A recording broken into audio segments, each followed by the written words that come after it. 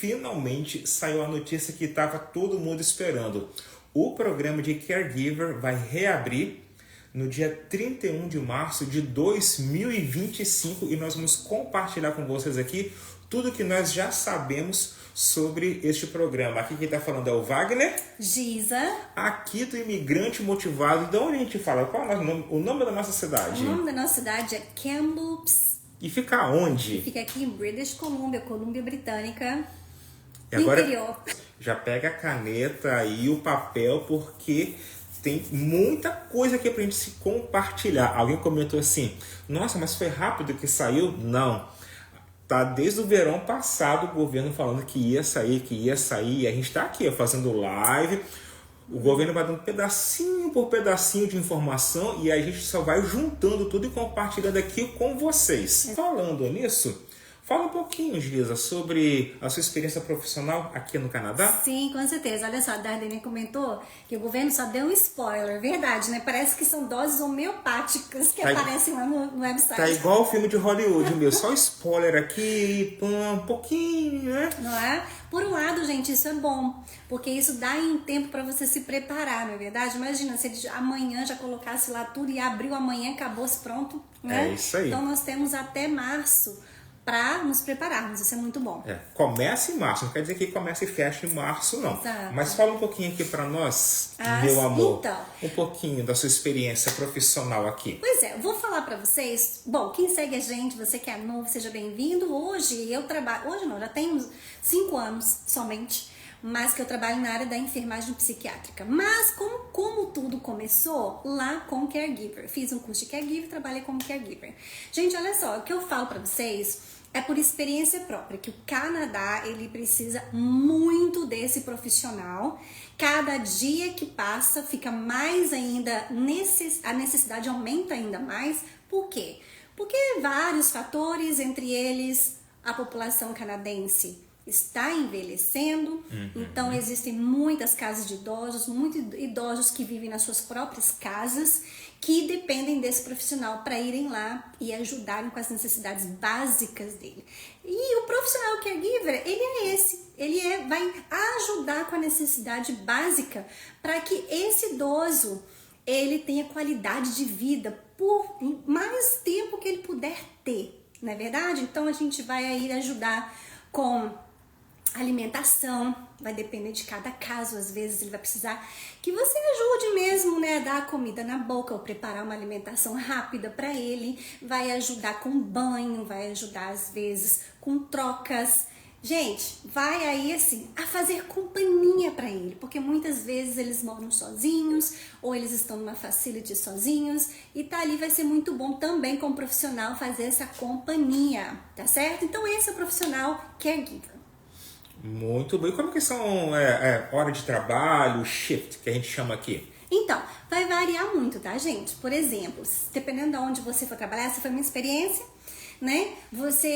Normalmente, os plantões são de 8 horas, dependendo de onde você trabalha. Você vai lá, por exemplo, 7 da manhã, às 3 da tarde, faz o seu trabalho e vai embora.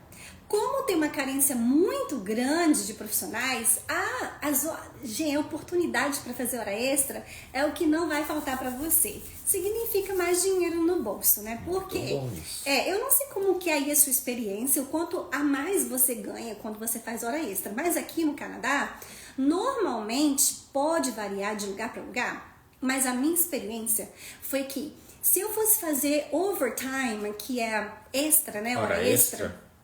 As 3 primeiras horas extras eu ganhava 1,5, né? 1,5 vezes a mais. Então, por exemplo, se a minha hora era 25, então 1,5 eu faria quanto, Wagner, na matemática? Ixi, eu não estava prestando atenção no que eu estava lendo aqui. 50% a mais. 50% a mais. Aí, a partir da terceira hora, você faz o dobro. Ou seja, imagina você trabalhar fazendo $50 a hora. Gente, isso aí no final da quinzena, porque que você recebe por quinzena, faz uma diferença incrível. Exatamente. E aí tem também plantões que vão, vai depender da necessidade de cada pessoa. Às vezes a pessoa tem filho pequeno, vai preferir trabalhar à noite, então aí 11 da noite às 7 da manhã, ou 3 da tarde às 11, né? E se for em hospital, pode ser também de 12 horas. Alguém me perguntou, mas se eu trabalho 8 horas, como que fica meus dias de folga? Na minha experiência, eu trabalhava 5 dias, que é rotação. Então, vai ter mês que você vai folgar fim de semana, vai ter mês que você vai trabalhar fim de semana, certo? E aí eu folgava. Em uma semana, eu trabalhava 5, folgava 2. Na semana seguinte, eu trabalhava 5 e folgava 3. Só para responder a perguntinha que chegou, tá bom? Mas obrigado por compartilhar a sua experiência Esse aqui. é só um pouquinho, tá, gente? Tem muito mais. Se deixar, ela vai falar aqui umas 2, 3 horas. Muito mais. Né? Mas é legal que o profissional pode ser chamado de care aid, caregiver, Healthcare assistant. Healthcare assistant. Quando você for procurar as vagas, você vai ver esses nomes diferenciados. Mas esse profissional, ele é muito valorizado aqui no Canadá, não é? Muito valorizado. Gente, além do salário ser um salário decente, como eu falei, né? Vai variar de província para província. Falando aqui de British Columbia, né? Hoje, se você for trabalhar para a saúde pública, eu trabalhei muito tempo, até hoje trabalho para a saúde pública. O caregiver, hoje, se você der um Google, você vai achar, para começar, ele ganha 29,83 dólares canadenses a hora. Isso sem contar fim de semana, que é mais, e sem contar se você trabalha à noite. À noite também, e fim de semana, e feriado, tudo isso aí vai sendo mais. 30 dólares está dando mais do que 120 reais a hora, salário bruto. Exatamente. Né? É claro que isso aí é só o começo. Fora os benefícios. Fora os benefícios, tem massagem. Não, tem vários. Você vai ter direito ao Extended Healthcare, né? Porque tem a saúde pública do Canadá, que te dá um direito limitado, e tem esse a mais, que é pelo empregador. Então dentista, oftalmologia, massagem, plano de aposentadoria. E aí vai, gente. Eu tenho algumas páginas aqui de informação que o governo já liberou. Exatamente. Então a gente quer passar tudo para você, já sair na frente, já sair preparado. Mas agora tem uma coisa muito importante. A gente está aqui para ajudar, para dar suporte. Nós temos o nosso trabalho aqui, Geisa é enfermeira, eu trabalho como gerente de projetos na área da construção. E isso aqui é o que a gente gosta de fazer também, que é ajudar brasileiros, pessoas fora do Canadá, que tem gente aqui de Nova Zelândia, Moçambique, Portugal, né, que querem participar também. Mas é importante falar que nós não somos consultores de imigração. Isso. Ok? Existe um profissional para fazer esse tipo de trabalho. Exatamente. Nós não trabalhamos para o governo. Geisa trabalha na área da saúde pública, mas não tem nada a ver com imigração. Não tem nada a ver com imigração, ok? A gente aqui não está oferecendo vaga de emprego, conexão com o empregador. A gente não pode garantir que você vai conseguir uma oferta de trabalho. E a gente também não pode garantir que o seu processo ele vai ser aprovado. A gente está falando isso logo no começo, porque a gente aprendeu uma coisa depois que a gente fica velho. A gente fala o que quer e a pessoa ouve e filtra aquilo que ela quer, do jeito que ela quer. Então, não, mas aí o Wagner falou que meu emprego está garantido. Não está. O meu visto está aprovado. Ninguém pode fazer isso. Exatamente. Né? Porque quem decide isso é o governo. Exatamente. Programa de caregiver. O que nós já sabemos? Vamos lá? O nome do programa, por enquanto, é Home Care Worker. Ok? E ele está englobando 2 programas. Toda hora eu vou olhar aqui, eu e Giz, a gente vai olhar um pouquinho para esse lado aqui, porque nós temos a nossa colinha para a gente não esquecer de nada, ok? Dentro desse programa chamado Home Care Worker, vão ter 2 programas. Um vai ser chamado de Home Child Care Provider, que é ligado para a área infantil, né, cuidar de crianças. O NOC, deixa eu escrever aqui, NOC, só para a gente tá 44,100. Pronto. Esse é de um programa, é para babysitter, nanny, para trabalhar com crianças, ok? A gente não vai falar desse programa aqui porque nós não temos experiência nessa área. Não vai ser o nosso foco, tá bom? Então a gente não vai ajudar nessa área. E o outro é o Home Support Worker, que o NOC é 44101. Deixa eu escrever mais rápido aqui. Esse aí é o foco, tá bom, gente? O que significa NOC? É o Sistema Nacional de Classificação de Profissões aqui no Canadá. Toda profissão tem um número, dentro desse número fala quais são as obrigações, o dia a dia do trabalhador nessa área. Isso. O programa ele vai ser aberto no dia 31 de março de 2025. O programa vai permitir obter o PR, que é a residência permanente, ao chegar no Canadá. Como é que isso vai funcionar? Nós não sabemos, isso está lá na carta, no site do governo. Exato, mas okay? Gente, isso aí eu falo para vocês, vai te economizar uns 3 anos da sua vida de imigração aqui no Canadá. Nós chegamos no Canadá como residentes permanentes. Tem outras pessoas que chegam aqui e ainda vão ter que pegar visto de trabalho. Processo até chegar. Então você já vai pular várias etapas. Nossa, né? Que bênção. E o programa vai permitir então você trabalhar como caregiver, né? Ok? É isso que nós já sabemos. Ok? Beleza? Essas são as informações que o governo já liberou. Então, a mais importante é que agora vai ter uma data de início. Não é, né? gente? Dia 31 de março. Escreve aí, 31 de março. Gente, vai passar assim, ó. Vai passar voando, ok? Agora, quais são os pré-requisitos? A primeira coisa que você vai ter que comprovar é nível de inglês. É verdade. Tem que provar que tem inglês? Tem. Porém, é um nível bem abaixo quando comparado com outros programas de imigração. Né? O Canadá, né, tem uma classificação nacional para medir nível de inglês e nível de francês. Né? O do inglês é chamado de... essa medida é chamada de CLB. E eles estão pedindo CLB nível 4. Existe uma prova chamada IELTS e LTES que você pode fazer aí do Brasil, que aí eu vou te falar agora quais são as notas do IELTS que você tem que tirar para conseguir um CLB 4. Na prova da leitura, o CLB, você tem que tirar o IELTS, você tem que tirar uma nota 3,5. Uau! Gente, para quem conhece a prova do IELTS e programas de imigração sabe que tá baixo. A prova do IELTS vai de 1 a 9. 1, você, não sabe nada. 9, você é proficiente. Normalmente, aí, os programas de imigração, essa nota vai ser um 7, 6, 7. Tem que ser alta para conseguir.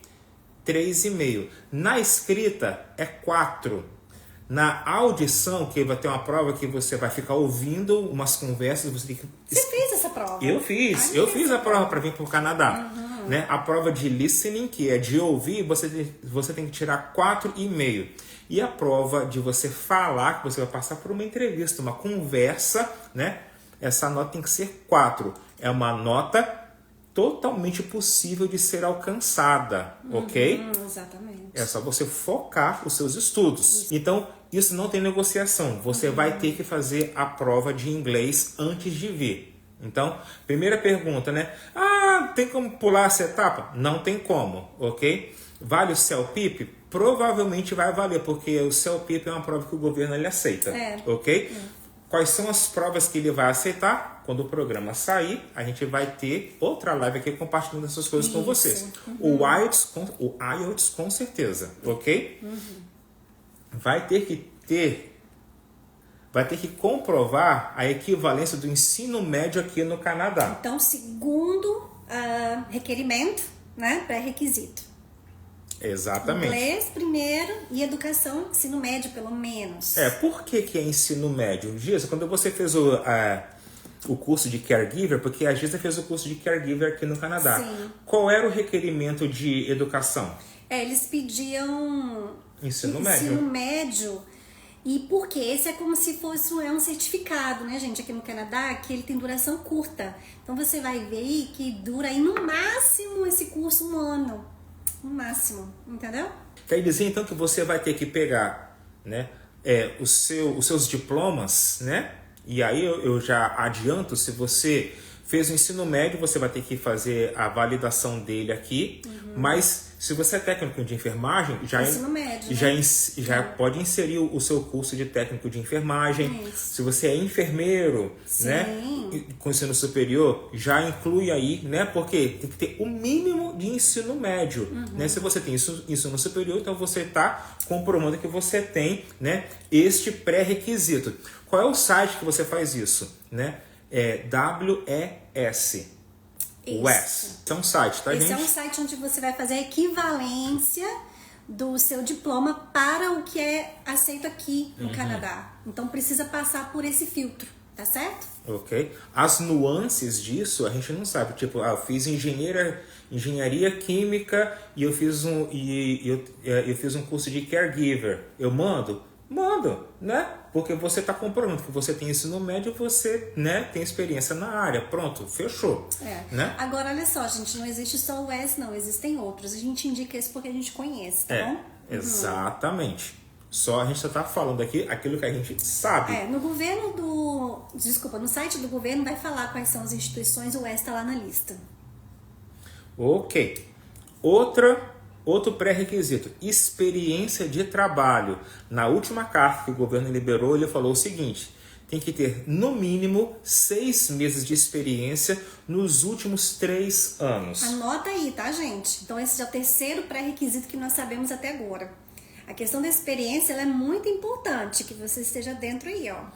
Tem que ter experiência baseado, né, na categoria de caregiver. Exato, ok? gente, isso é muito importante, porque muitas vezes nós recebemos perguntas que você precisa estar muito bem claro em relação a isso. Olha só, se você vai lá no site do governo, ele vai falar quais são as responsabilidades desse profissional caregiver. E a sua experiência de trabalho para esse programa tem que estar dentro dessas responsabilidades, que são quais? Olha lá. Prover cuidado e companhia, né? Para indivíduos e famílias durante períodos de incapacitação, convalescência. A gente chama de respite care, tá bom? Okay. Outro, administrar cuidados pessoais e também bedside, que eu não sei como é que eu vou translate isso, mas... A pessoa tá lá acamada, e você tá lá cuidando da pessoa. Na cama, porque tem idosos, gente, que não vão ter condições de levantar sem ajuda, estão na cadeira de rodas, passa a maior parte do tempo na cama. Então você tem que prover os cuidados todos necessários ali também naquele ambiente, se preciso for. Mas o que, Wagner? Aí, ó, ajudar os clientes a se locomoverem, né? Dependendo de como que vai estar a situação, ajudar com banho, com higiene pessoal, com colocar roupa, tirar roupa, tudo isso é o que o caregiver tem que saber fazer e tem que ter experiência nessa área. Isso tá lá no site do governo. É isso aí. Né?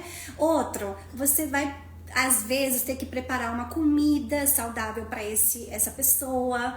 Às vezes eles vão ter uma dieta especial. Você que já tem experiência com idoso, você sabe que às vezes eles têm problema de disfagia, né? Que eu não sei como é que é em português, mas é problema para engolir, dependendo da consistência da comida, né? Tem que saber essa parte para, né, fazer uma comida que tá dentro dessa textura para evitar choking. Quem já trabalhou com cuidados sabe o que precisa colocar. Exatamente, né? Você sabe quais são as responsabilidades para trabalhar com idoso. Essa lista aqui, ela não é fechada, não. Aqui são exemplos. Desculpa estar te tampando, né? Aqui são exemplos. Você que já trabalhou como cuidador, cuidando aí, seja no hospital, seja numa casa, né, de idosos, você sabe... Tem né, uma noção, não vai mudar muito. Não vai mudar muito. O que vai mudar, gente, aqui no penúltimo ponto, tu fala que você também pode fazer coisas como mudar, às vezes trocar um curativo. Vai depender da complexidade, porque care aid não é enfermeiro. Dependendo da complexidade, são coisas simples. Você mesmo pode trocar, entendeu? Se for não estéreo. Mas o quê? Cadê, Wagner? Onde é que eu tô? Aqui. Administração de medicamento, como eu falei, dependendo. Coletar espécimes, dependendo, né? Se precisar uma urina, por exemplo, essas Para coisas. fazer um exame de urina, por exemplo. Você mesmo né? vai coletar, seguindo, né, todos os protocolos. E o último ponto lá, olha, se for na casa da pessoa, até mesmo no facility, sabe, fazer laundry. Quantas vezes a gente não lavava lá, trabalhando numa facility, a gente lavava a roupa deles, faz dobrava, parte. guardava, entendeu? Então essas são as principais, né, duties do profissional, tá bom? Ok. Agora, o último pré-requisito é muito importante também, porque sem esse, acho que esse é o primeiro, é esse aqui que vai abrir a porta, né? Você vai ter que ter uma oferta de trabalho full time, significa que tem que ser período integral, ok? Tem que ser período integral, não pode ser período parcial, não. Part-time. Part-time, tem que ser período integral. Não pode ser nem vaga casual, porque quando você for procurar trabalho, você vai ver casual, que você vai lá quando eles precisam, eles te ligam, você vai, você não tem horário, não tem dia, nada. Não pode ser part-time, que é período parcial. Tem que ser full-time, que é período integral, tá bom? Para esse programa. Beleza. Olha, vou fazer um resumão aqui. Tem que ter inglês? Tem. Ok? Inglês é alto, proficiente, fluente, posso dar aula na faculdade? Não, não é esse nível. É um nível muito mais abaixo, mas você vai ter que fazer a prova, ok? Do governo, que o governo aceita, e você vai ter que ser hábil a participar de uma entrevista e conseguir responder as perguntas. Tem que ter uma educação validada no Canadá, então nós já demos a dica de você já começar a ir pelo WES. Tem que ter experiência de trabalho na área. A Giza acabou de dar uma aula aqui, né? Só um pouquinho, uma tem muito mais, aula. gente, tem muito mais. E tem que ter uma oferta de trabalho. O que isso significa? Significa que você vai ter que ter um currículo, né? No modelo canadense, que é muito diferente do modelo brasileiro. Que é o mesmo do norte-americano, tá, gente? Né? Que aqui a gente chama de resume, né? R-E-M-U-S-E, resume. Você vai ter que ter uma cover letter, que é uma carta de apresentação, também nos modelos canadenses, ok? E você tem que estar pronto para participar de uma entrevista. Isso é importantíssimo. Agora, Giza, pode ter jeitinho brasileiro? Não, gente, até falhou aqui, ó. Bebe uma aguinha aqui. Bebe uma água aqui Bebe pra uma falar aguinha. sobre Quando fala de jeitinho brasileiro, dá um tique assim, ó, sabe? Né? Gente, não dá pra dar jeitinho brasileiro com imigração pro Canadá. Acho que pra nenhuma imigração, né, gente? Eu acho. Mas Canadá eu falo com certeza. Não tem atalho. Tem que fazer o processo certinho, tá bom? Então, é isso aí. Então, exemplos, ok? Porque a gente é muito criativo, né? Eu trabalho sem carteira assinada e não tenho como comprovar experiência. Eu posso aplicar? Eu cuidei do meu avô muitos anos atrás, né? A gente revezava lá em casa entre os primos. Eu posso aplicar? Né?